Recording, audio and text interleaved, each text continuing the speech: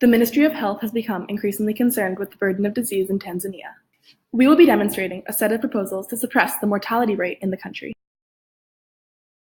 Tanzania is located in sub-Saharan Africa. The country has a population of 55 million people.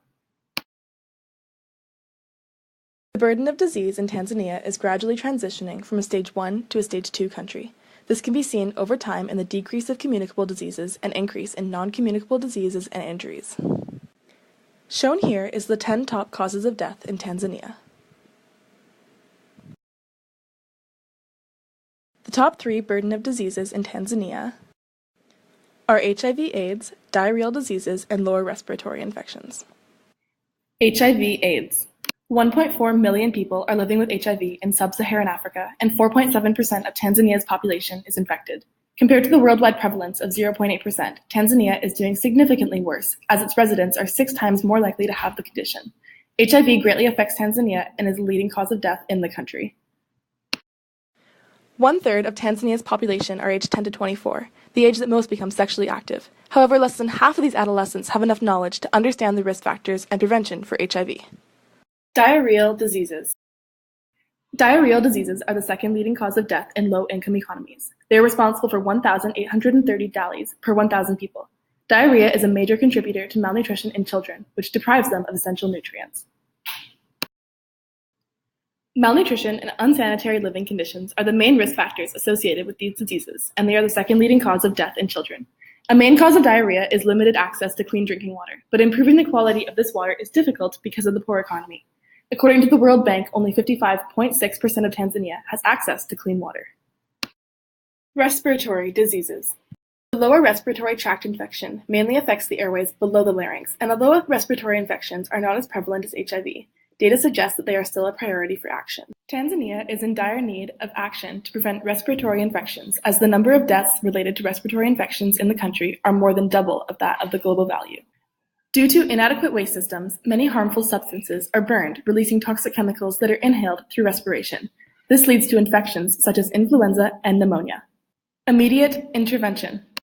Because many people are unaware that they are living with diseases such as HIV, they are unable to be treated. We need to educate the citizens of Tanzania on the dangers of HIV and teach them how to prevent the spread of disease.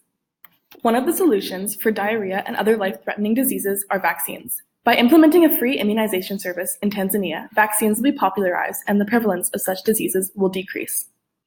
By improving the quality of the medical system in Tanzania, patients can receive early diagnosis and treatment for issues such as respiratory infections. This low-income country lacks sufficient medical equipment, therefore a source of funding is required to improve patient care. Prevention and treatment plans. A plan for HIV/AIDS. While attempting to lower the prevalence of HIV, volunteers from various organizations are a necessity to help facilitate change. It is crucial to target the population that is most at risk for acquiring the disease. This includes the adult population as well as sexually active young adults.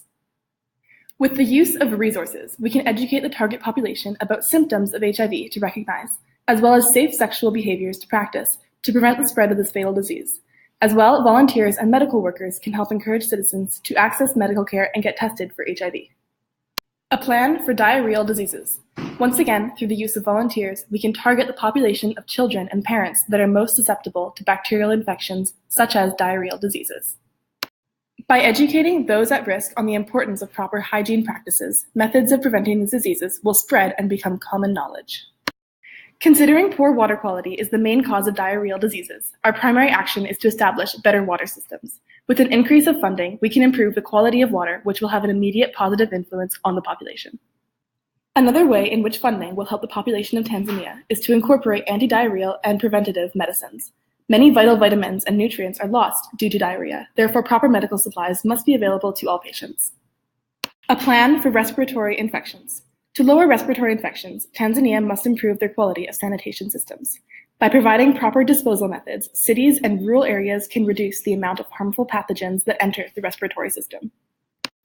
Through the use of volunteers, we can begin to educate youth, especially those in rural areas with a high prevalence of respiratory infections, on the importance of proper disposal and sanitation techniques.